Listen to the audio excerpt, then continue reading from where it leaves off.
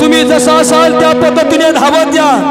तुमच्यावर तुमची सीमेवर सध्या गरज आहे। अरे थकलेला बाप, अरे बागडलेली आई, ती चिमुकली 5-6 वर्षाची बहीण जवळ येते आणि भावाच्या कमराला मिठी मारते। दादा जायलाच पाहिजे का रे? दुश्मनाची गोळी सुसू करत आली आणि त्या वीराच्या छातीचा भेद घेतला। धार दिशी असणारी त्याची देहसृष्टी या भूमीवर पडली आणि त्याची प्राण ज्योत मावळली। त्या मायभूमीची माती घेतली आणि त्या मातीला सलाम केला आणि त्या ठिकाणी प्राण ज्योत मावळली। तिरंग्यामध्ये लेपटून त्याचा असणारा शेव अर्थात ती वीरांची बॉडी गावापर्यंत आणण्यात आली।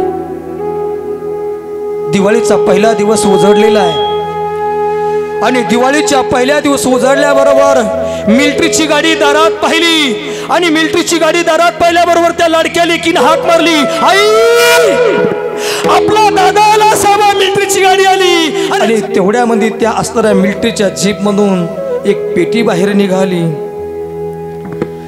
पेटी बाहेर निघाली, पाहताय तर पेटी आहे। सगळं वातावरण स्तब्ध झालेलं आहे। त्या मुलाला पेटीतून बाहेर काढलं, दरवाजात ठेवलं। आईच्या हातात ते पूजेचं ताट धाड दिशी जमिनीला पडलं। सगळं वातावरण शांत झालं। प्रत्येकाचे डोळे अश्रूला डुंबले होते, प्रत्येकाचं हृदय कंठ सद्गतीत झाला होता, प्रत्येकाचे रोमांच तयार झाले होते।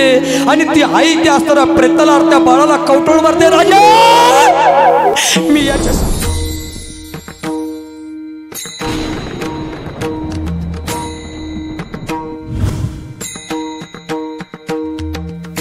परवा 15 ऑगस्ट आहे। वैष्णव कीर्तनकार या यूट्यूबचे मालक त्यांनी सांगितलं, महाराज हे गाव धार्मिकच आहे पण त्याच्याबरोबर ऐतिहासिक सुद्धा आहे। तर माझी अशी इच्छा आहे की 15 ऑगस्ट जवळ आलंय, एखादा प्रसंग मांडता येईल का? आणि या ठिकाणी मिलिटरीमध्ये गेलेली भरपूर मंडळी आहे आणि आम्ही ते तिकडं सीमेवर आहेत म्हणून आपण आपली घरातली भाकर खातो। ते जर सीमेवर नसतील तर आपल्या ताटातली भाकर सुद्धा खाता येणार नाही। एवढीच संकल्पना मी तुमच्यासमोर त्या निमित्ताने मांडतो।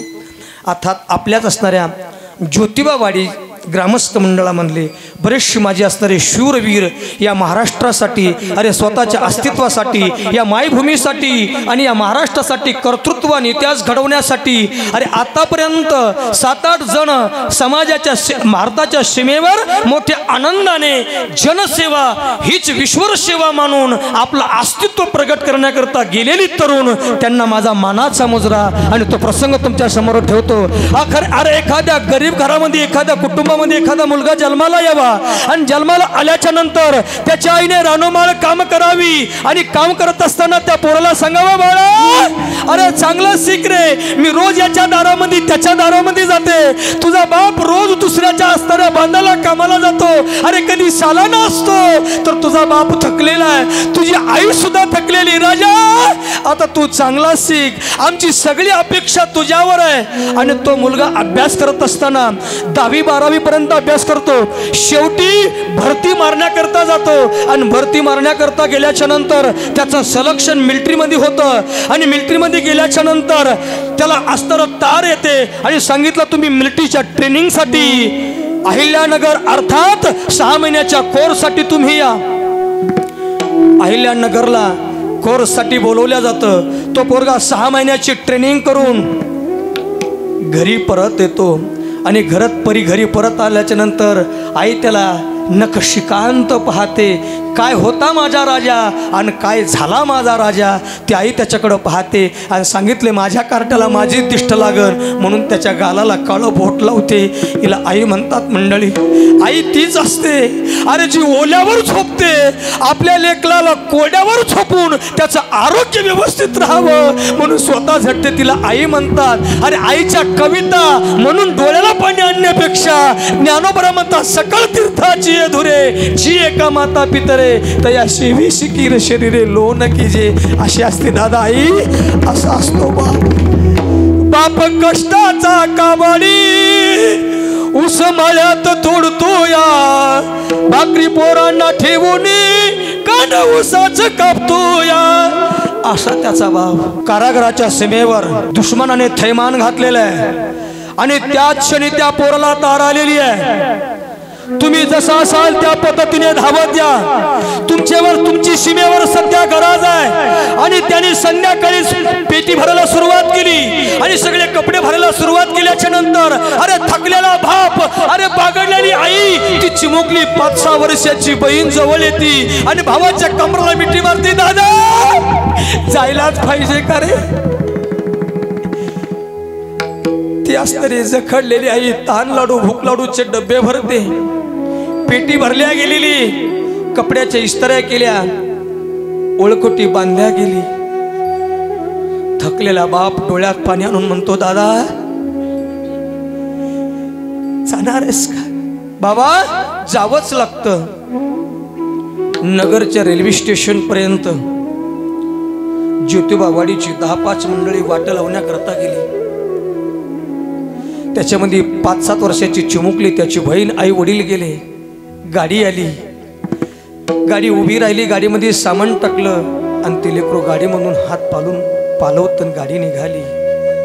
धावता धावता 10 रुपयाची असणारी कॅडबरी बहीण भावाच्या हातात देती, दादा लाडक्या बहिणीची आठवण आली तर एवढी कॅडबरीचे ध्यान कर। गाडीचा भोंगा वाजला, गाडी निघून गेली। बाप आणि आई हात पालवते, राजा डोळ्यात प्राण आणून तुझी वाट पाहू, लवकर ये। दिवाळीचा सण 4 महिन्यावर आला होता। त्या कवळ्या पोरीनं पत्र लिहिलं, दादा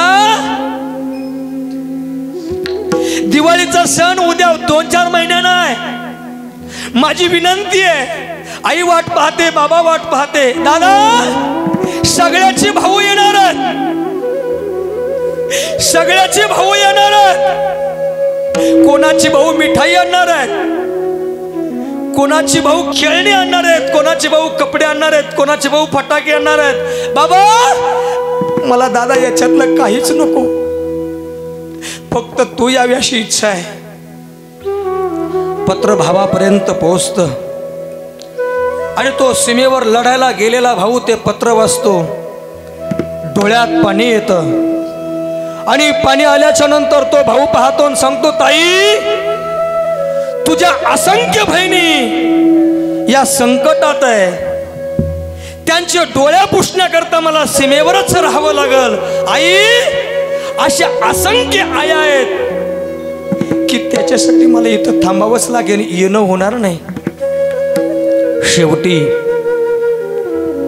दुश्मनाची गोळी सुसू करत आली आणि त्या वीराच्या छातीचा भेद घेतला।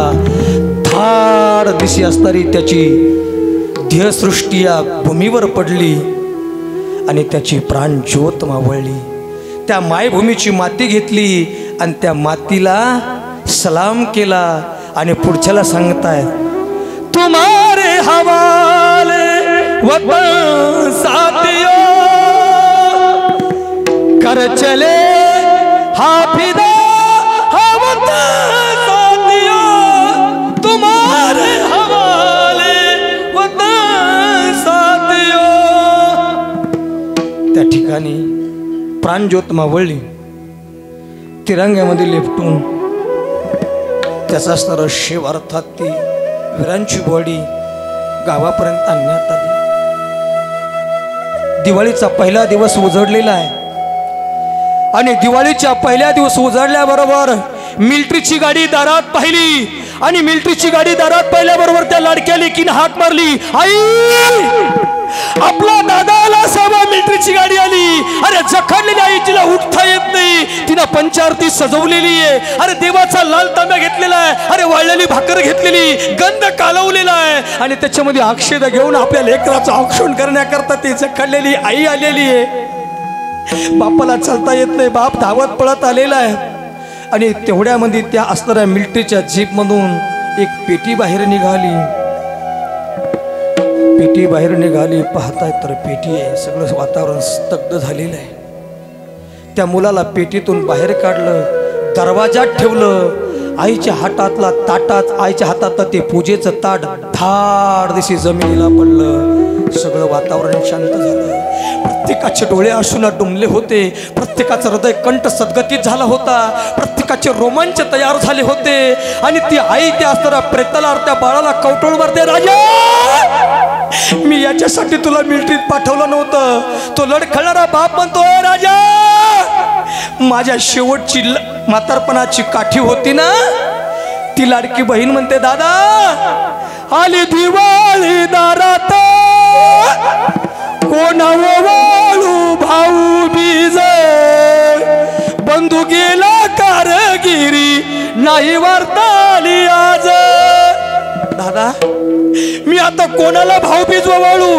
दादा मला कपडे नको, दादा मला मिठाई नको, दादा मला फटाके नको, दादा मला काही नको, दादा मला फक्त तू पाहिजे. त्या बहिणीने त्या भावाच्या प्रेताला कवटाळून मिठी मारली. सगळं गाव दाय मोकलून रडू लागलं. आणि माझ्या मायबापांनो सगळं वातावरण थोडंसं शांत झालं. तेवढ्यामध्ये त्या मायमाऊलीला एक विचारते, का हो शुराच्या आईनं रडायचं नसतं. त्या माऊलीनं सांगितले, जिचे पिढे बाळ तेचा प्राण व्याकुळ.